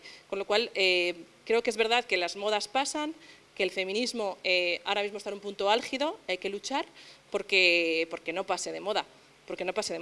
Y mientras tanto hay que tener también el ojo puesto, más que en si unas son más feministas que otras, en los latigazos que va a dar el machismo a esta hegemonía del feminismo. Creo que por mirarnos entre nosotras a ver quién es más feminista o no solo de nosotras como individualidades, sino como colectivos, hay que estar muy atentas a que cuando el machismo se siente atacado, tiene resortes a los que hay que estar muy vigilantes, y eso me preocupa más. Entonces, me preocupa más desde el momento de las violencias, me preocupa más desde... Os voy a poner una anécdota, como creo que va a ser mi último punto de participación, pues es una tontuna quizás, pero ayer cenando en casa, tengo una hija de 12 años y volví a casa ella sola desde el parque y un niño le dijo, fea.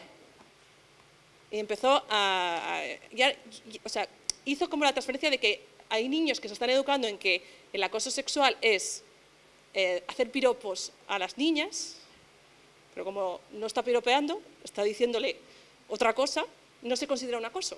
Entonces hay como que ver esos peligros de yo no soy machista, porque yo no estoy diciéndola qué culo tienes, o que ese tipo de discursos que tienen que ver con lo sexual. Entonces es una menudencia quizás, pero hay que ver por dónde vienen los latigazos y los cambios ante este posicionamiento tan claro que estamos teniendo. Pues que yo me paso, amiga.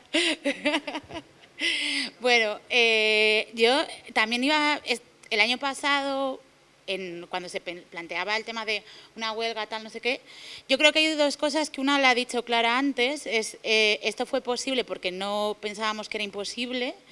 Y después del 8 de marzo yo leía un artículo que decía, ¿no?, que hay algo fundamental en karate, que para poder partir una madera tienes que haberla partido primeramente mentalmente. Entonces nosotras mentalmente montamos una huelga antes de que llegara el 8 de marzo. Cuando decíamos la huelga era un proceso, yo me acuerdo que el 8 de marzo hacía declaraciones en los medios y decía, no voy a poder contar todas las camas que han quedado deshechas, imagínese, ¿no? Es decir, la huelga estaba ganada el 7 de marzo por todo el debate que se había generado, por toda la movilización que se había generado. Sin embargo, meses anteriores, la huelga no solamente no estaba ganada, sino que era como muy... qué locura, que si era anticapitalista, que si escondía cosas. No, yo me acuerdo quién es Inés Arrimadas, es que siempre se me olvida su nombre. Pues decía, ¿no?, esconde ideología, y era como, hombre, Inés, esconder, si lo que nosotras hemos venido es a sacar a la luz, ¿sabes? No queremos esconder nada, ¿no? Nosotras somos mucho más de sacar, de poner encima de la mesa los problemas y tal. Y entonces... Pero en cambio, en todo ese debate sí que había como cuáles eran las buenas feministas y las sufragistas eran las buenas feministas, ¿no? Porque de repente en todo este debate se habla de quiénes son las buenas feministas, las feministas amables y poco incómodas. Y era como, hombre, yo te digo que la Emily esta que se lanzó al caballo no era poco incómoda en el momento en que se lanza al caballo. Que igual, pues 70 años más tarde... es poco incómoda. Y dices tú, claro, ¿cómo no van a tener estas derecho a voto? A ver si lo votan, ¿sabes? Entonces, claro, a día de hoy hay cosas que cuando parecen tan obvias, porque gracias a que ha habido una movilización y no se ha dejado, ¿no?, las mujeres no han dejado de mover y exigir cosas que nos son fundamentales, yo lo que creo que es, no podemos dejar de reclamar palabras que no son propias y realidades que no son necesarias a las mujeres, porque de repente el capitalismo, el mercado o quien quiera también decida que va a participar de esa palabra. Todo el mundo puede participar de la palabra. Ahora, yo creo que el feminismo tiene una tendencia a ser incómodo. En la década, ¿no?, en plan, a finales del siglo XIX, principios del siglo XX, las mujeres decían, queremos el derecho a voto, no por una cosa así de, oye, mira, que nos ha dado un principio filosófico de la importancia de la participación política, sino porque queríamos decidir sobre la matria potestad de nuestros hijos e hijas, o sobre la propiedad de la riqueza que teníamos y a la cual estábamos excluidas, o porque queríamos poder participar de formar y construir las leyes. Eso era lo que nos hacía participar a finales del siglo XIX. Hoy, cuando participamos, los principios incómodos no tienen que ver con el derecho a voto, sino que tienen que ver con cómo están reconocidas la movilidad humana o las fronteras en este país, o cómo las violencias machistas están en los juzgados y están en las calles, o cómo ejerzo la capacidad de decisión, de reproducción sobre mi cuerpo y si puedo tener derecho a interrumpir o no un embarazo. Tiene que ver con eso, esos son los principios incómodos y no todas nos enfrentamos de la misma manera. Por eso el capitalismo se apoderará de una parte, pero hay un montón de principios que siempre serán incómodos porque si el capitalismo no tiende es a que no todo el mundo va a gozar de las mismas oportunidades y el feminismo lo que sí que quiere es que todas las mujeres, desde la diversidad y desde poder nombrar su diversidad, tengamos los mismos derechos y poder ejercerlos. Así que bienvenidas todas las mujeres que participan y quieren participar, porque juntas cambiaremos todo esto.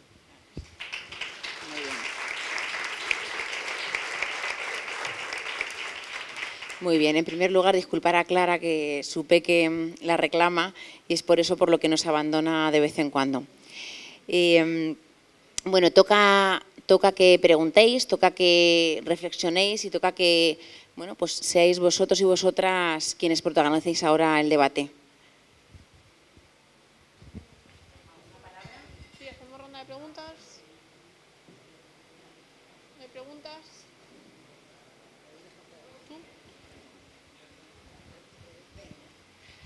Bueno, pues nada, ante todo, pues saludaros, me ha encantado el debate, me gusta mucho, me parece muy interesante todas las reflexiones que se están poniendo aquí encima de la mesa y la verdad que estoy muy de acuerdo con vosotras, que más o menos estáis de acuerdo entre vosotras.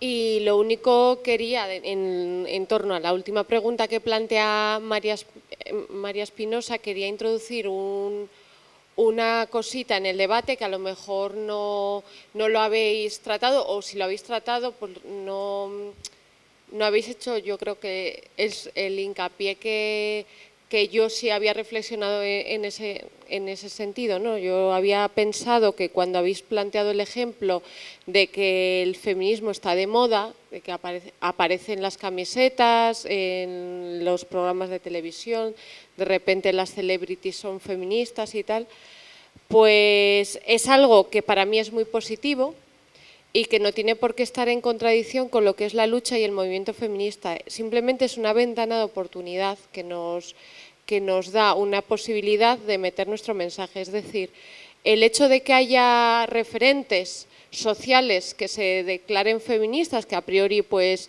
no lo hacían, o que incluso que lo hagan por una moda, pues a nosotras como feministas y al movimiento feminista yo creo que le viene bien. O sea, es algo positivo que se hagan camisetas en el Zara. O sea, desde un punto de vista, no como algo que nos lleva más allá de la lucha, sino que es el reflejo de que algo se está haciendo y algo está cambiando. Eso no quiere decir que las camisetas del Zara o que Beyoncé diga que sea feminista sea la solución, o que ahora el feminismo tenga que ser una moda, todo lo contrario. Para mí es el reflejo de un síntoma de una batalla que se está ganando, nada más. No es que vayan a ser nuestras referentes, ni mucho menos. Y esa ventana de oportunidad la podemos aprovechar las feministas para meter mensaje. En el momento que había mujeres que huían del feminismo o lo veían como algo, porque lo que es la maquinaria del patriarcado la había demonizado y lo vean como algo negativo y ahora de repente es positivo, pues eso nos permite a nosotras poder meter algún tipo de mensaje y ese era el matiz.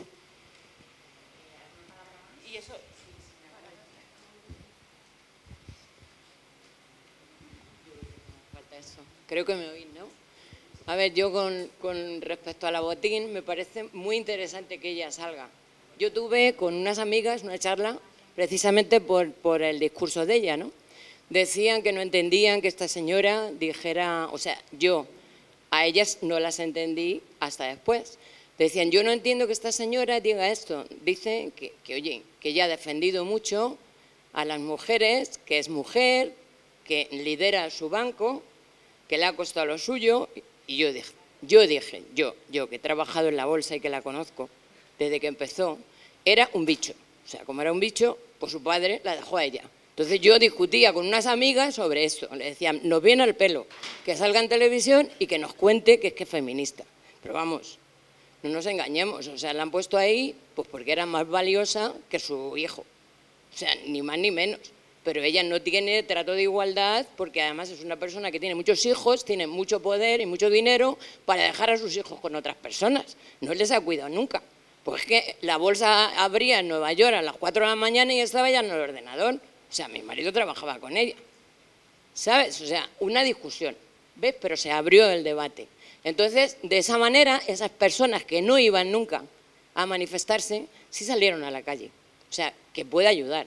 ¿Sabes? Que salga en televisión, que discutamos otras con ellas, con esas personas que creen que, oye, que tienes igual de oportunidades. Yo estoy con la periodista. Normalmente los periodistas han salido porque están hartos. Hartos de que a las mujeres, en cuanto tienen hijos, las discriminan, como en todos los ámbitos de este país. Muchas gracias. Sí, ya he visto que había. Hola, muchas gracias por vuestras exposiciones. Yo tengo la suerte de que tengo tiempo y además me llegan muchos correos electrónicos y muchas amigas que me cuentan que van a existir cosas como hoy.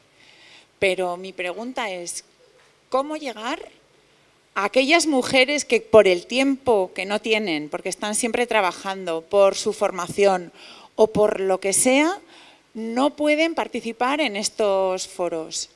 ¿Cómo se puede hacer para que es verdad que las manifestaciones y todo eso, pero vosotras que sois muy expertas, ¿qué se puede hacer para que llegue mucho más a muchas más mujeres? Gracias.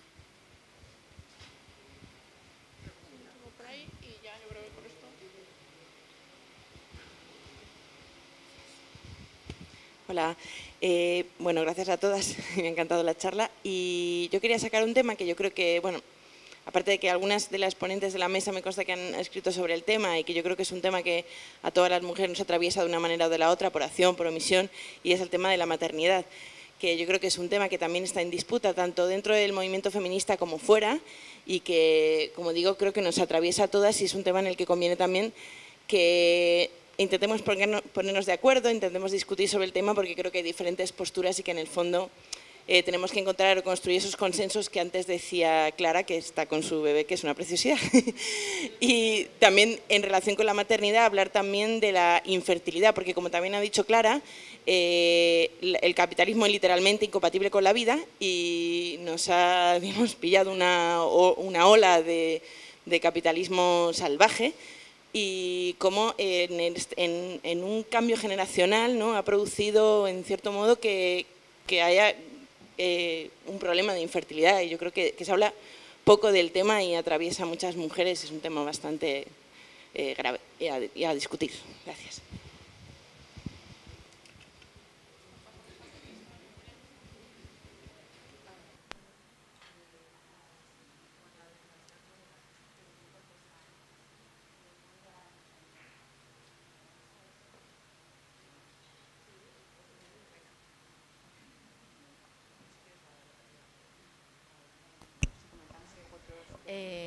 Yo en la de, por ejemplo, hola, sí, en cómo llegar a más gente, yo creo que esa es la gran pregunta que todo el mundo se hace cuando organiza una reunión y ve que hay 4, entonces dice, bueno, pues a ver si conseguimos que haya 10 en la siguiente y 20 en la siguiente. Yo creo que hay una parte de bola de nieve, entonces, gracias a que tus amigas te reenvían correos, tú puedes reenviar correos. Entonces, yo lo que creo que es cómo haces tú crecer la bola de nieve para que en lugar de ser 200 en la próxima reunión del 8 de marzo, seamos 205, ¿no? Es como la cadena de favores esta de, si yo le envío 5 correos tal, pues voy ayudando a que esto crezca. Yo creo que hay una parte de eso. Hay otra parte de, creo que, por ejemplo, en la huelga, los medios de comunicación tienen un papel fundamental que nos hacen súper de altavoces. De hecho, yo me acuerdo que Clara decía, compañeras, que no nos dé miedo la tele porque a través de la tele llegamos a los salones de muchas casas. ¿No? De hecho, muchas veces es como, ¿cómo se participa en el movimiento feminista? Pues de muchísimas maneras, no siempre es ni organizando una manifestación en una manifestación, sino es plantándote en tu casa y organizándote la vida, ¿no? Que hay muchas, que si lo haces en colectivo y colectivizas lo de tu casa con tus vecinas, ya fenomenal, pero que no, que tenemos bastantes retos para acabar con el patriarcado individual, colectivamente y tal. Entonces, es como, ¿cómo hacemos esa bola de nieve? Pues hay una parte de, cada una de nosotras podemos hacerla, reenviando los WhatsApp. Hay otra parte de los medios de comunicación. Hay otra parte que ha sido fundamental, yo creo que es las redes sociales, ¿no? Por ejemplo, en todo este proceso de la huelga y desde el año, yo creo que 2010 para acá, las redes sociales han tenido un papel fundamental para poder transmitir y hacer llegar, porque nosotras antes, cuando pensábamos las comisiones de comunicación o los ejes de medios, cuando rompamos el silencio o cosas así, ¿no? De acciones directas no violentas, todo no violento, pensábamos mucho en plan la comunicación hacia los medios de comunicación, pero se ha democratizado la comunicación de tal manera que nosotras también podemos generar comunicación con tu Twitter, tu Facebook, tu Instagram, tus distintas redes sociales o tu contárselo a tu vecina. Y creo que también hay un montón, ¿no? Es el Twitter de toda la vida. Pues así, la vida en titulares. Entonces, en la vida en titulares de la panadería, creo que también es muy importante hacer un lenguaje, no solamente inclusivo donde nos sintamos todas nombradas, sino hacer un lenguaje con la capacidad de nombrar el mundo en que vivimos, ¿no? Es decir, donde yo me sienta reflejada, pero que me siga entendiendo el resto del común de los mortales.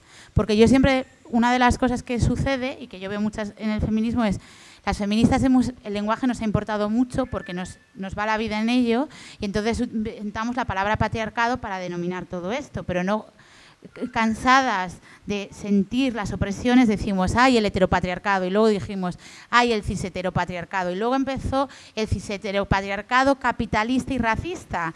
Y entonces nosotros lo veíamos todo súper claro y muy descriptivo. Todas nuestras vecinas nos miraban cada vez con cara más rara y decía, esta lo entiende, los otras no. Entonces, creo que es súper importante que a la hora de hacer llegar nuestras preocupaciones, que las tienen y las comparten nuestras vecinas, no es que nosotras seamos más listas que el resto, sino que todas vivimos en este sistema y todas sentimos la piedra en el zapato o las piedras en el zapato, pues busquemos como un lenguaje capaz de interpelar a ese común y de trabajar en colectivo, ¿no? Pero yo creo que cada una puede utilizar un remo que es como, pues, si tú reenvías lo que te llega, participas en lo que puedes, ya estamos haciendo que seamos más que la anterior vez. Yo por añadir visto dónde estamos también, has mencionado a cada una de nosotras, a los medios de comunicación y la política. La política es acción. O sea, estamos aquí con varios partidos políticos que tienen la obligación de ir un camino por delante, o sea, un paso por delante, para innovar, imaginar y pensar acciones que tienen que ser feministas. Me parece que la política también es fundamental a la hora de... Porque tienen un discurso, tienen un poder, tienen un altavoz, están en los sitios donde se van las cámaras y donde pueden llegar a más gente. Entonces tenéis ahí un reto fundamental. Respecto a la maternidad y la no maternidad, que son debates tela, como para iniciar ahora otro, pero a mí lo que me has despertado es... como un poco recientemente, además de como en los últimos meses, la cantidad de debates que hay en el seno del feminismo. Es decir, no solo sobre la maternidad, sobre la prostitución, sobre la subrogación, incluso sobre si lo de Serena Williams antes de ayer fue un enfado o no fue un enfado, fue feminista o fue machista. A mí me encanta que surjan todas estas cosas, es que me parece maravilloso que no opinemos lo mismo y que yo leer argumentos de otras mujeres que me puedan convencer o no, pero siempre desde el respeto y siempre desde la curiosidad de saber cómo piensan las personas, no si son más o menos feministas. Pero hay un montón de debates en los que además concibo que el reto es llevarse bien, un poco creo que Clara lo comentaba antes, ser más en el sentido de que nos comprendemos dentro de nuestras diversidades y no creemos que ninguna estamos por encima de la otra, pero que podemos llegar a consensos, ¿no? Y en esos debates, uno de esos son las maternidades, son las no maternidades y son, bueno. Sí, bueno, pues la maternidad efectivamente, como decía Maya, da para otro debate más. Pero bueno, pues lo que a mí me surge hablar de la maternidad en este contexto en el que estamos es que la maternidad hoy por hoy es sin duda una vivencia que tenemos las mujeres que provoca un parón en nuestra vida profesional, que provoca o puede provocar un parón en nuestra vida política, que en nuestro espacio público, ¿no? En definitiva.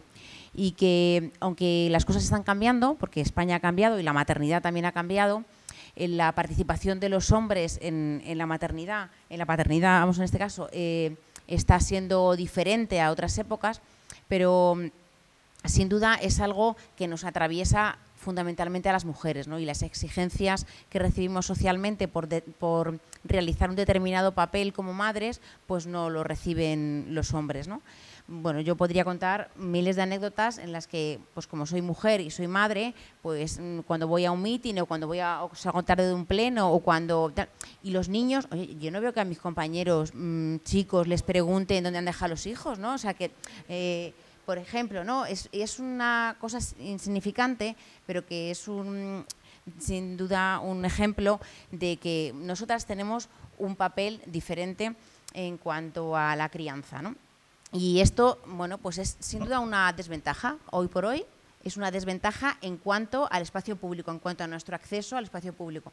Es una ventaja en otras muchas cosas, sinceramente, en esta vivencia de los cuidados, ¿no? Pero sí que para mí es importante, y esto hacía referencia a Maya, que la maternidad no sea un nuevo espacio de confrontación entre nosotras, ¿no?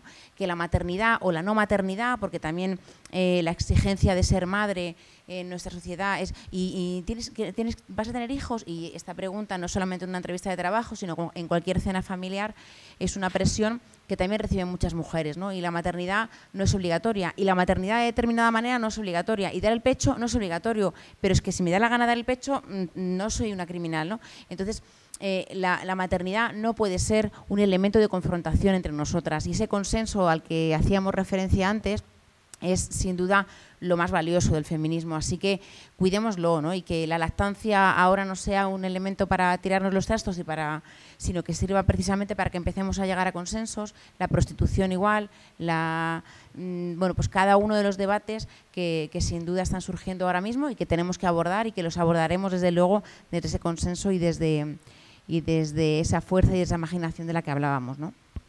No sé si Clara quería... No, bueno.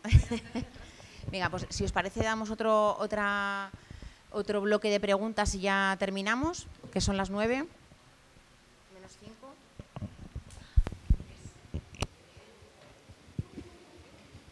Hola, perdón. Hola. Hola, buenas noches. Quería preguntar una cosa. El otro día vi en las noticias el concurso de Miss América, que por primera vez nos hace como un desfile en bañador. Y acércate más el micro porque no se te oye. Perdona. Es que como tengo una pupa no quiero. Hola. A ver, el otro día vi las noticias del desfile de Miss América y nos hacían un desfile en bañador. Y daban más las cualidades propias de las mujeres. Y la que ganó, por ejemplo, que es Miss Nueva York, se llama Nia Frankie. Sí, Nia Frankie. Ella misma dijo que no hace falta que la mujer, que no solamente es un cuerpo, sino que es además de inteligencia o personalidad o un carácter, es que también tengan como una fuerza y que no dependan del hombre, pero tampoco el hombre tiene que depender de la mujer, ¿sabes? Y mi pregunta es si el feminismo viene a superar al hombre y que el hombre quede por abajo de la mujer o que igualmente queden igual. Porque lo que ella dijo es como una forma de decir de que las mujeres no dependemos de los hombres, pero tampoco los hombres de las mujeres. Pero no que el feminismo sea mejor que el machismo o que sean igualitarios.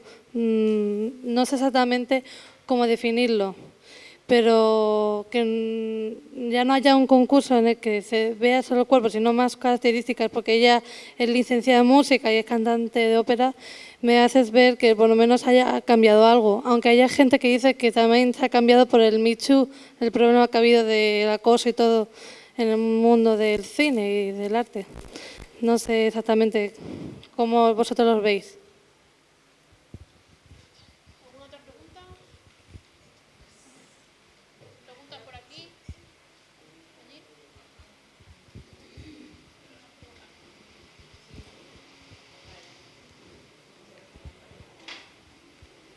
Hola, buenas. Bueno, en primer lugar, muchísimas gracias. Me ha parecido muy interesante la exposición. Mi pregunta iba sobre si creen que, bueno, a raíz de lo que también planteábamos antes, sobre si la ramificación del feminismo en diversos feminismos supone una debilidad, es decir, supone un riesgo para toda esta fuerza que está teniendo, o si en todos los casos supone un enriquecimiento o un reforzamiento.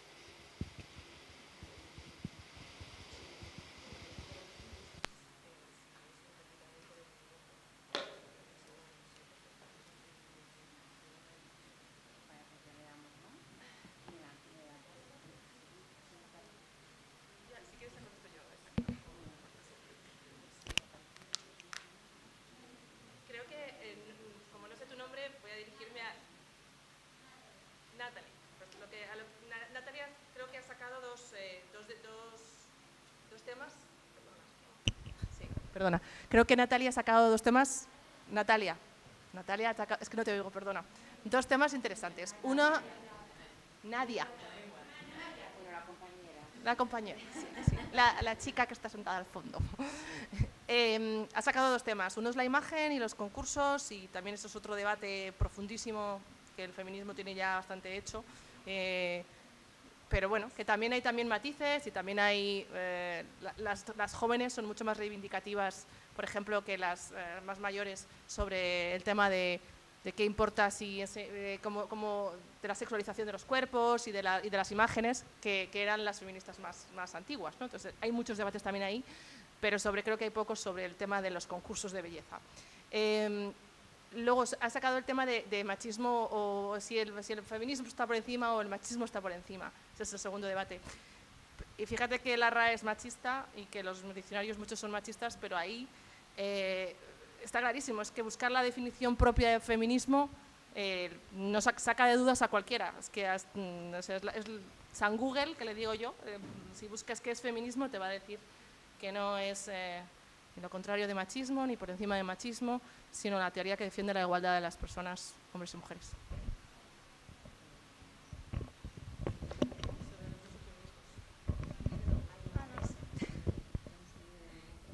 Hola.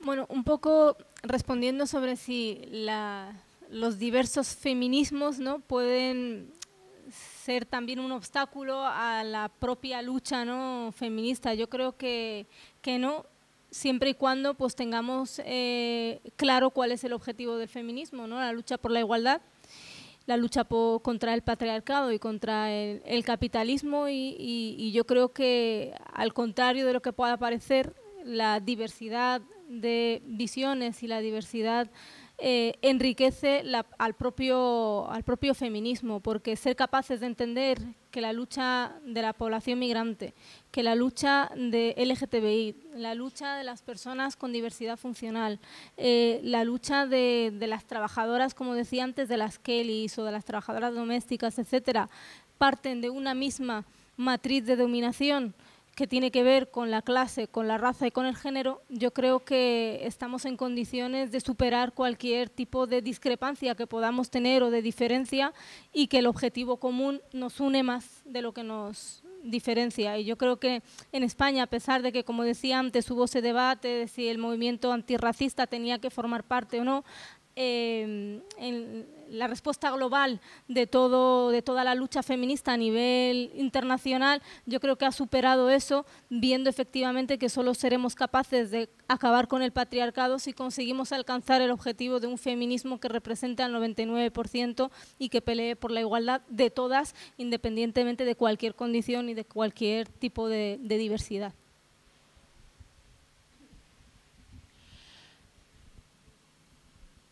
Bueno, pues si os parece cerramos ya el debate por la hora. Agradecer a quienes habéis pasado esta tarde con nosotras y a las ponentes también, a Clara y a su peque, a Maya, a Isea y a Dina, este debate que ha sido tan agradable y que da para mucho más. Así que, bueno, pues trataremos de abrir otros muchos más debates, pero sí que me gustaría terminar con una cita que viene a colación con lo que preguntaba la compañera de si los hombres están por encima o por debajo de la dominación, ¿no? Me gustaría terminar con una cita de Mary Wollstonecraft que me gusta mucho, que dice así: yo no deseo que las mujeres tengan poder sobre los hombres, sino que lo tengan sobre ellas mismas. Así que por eso seguiremos trabajando.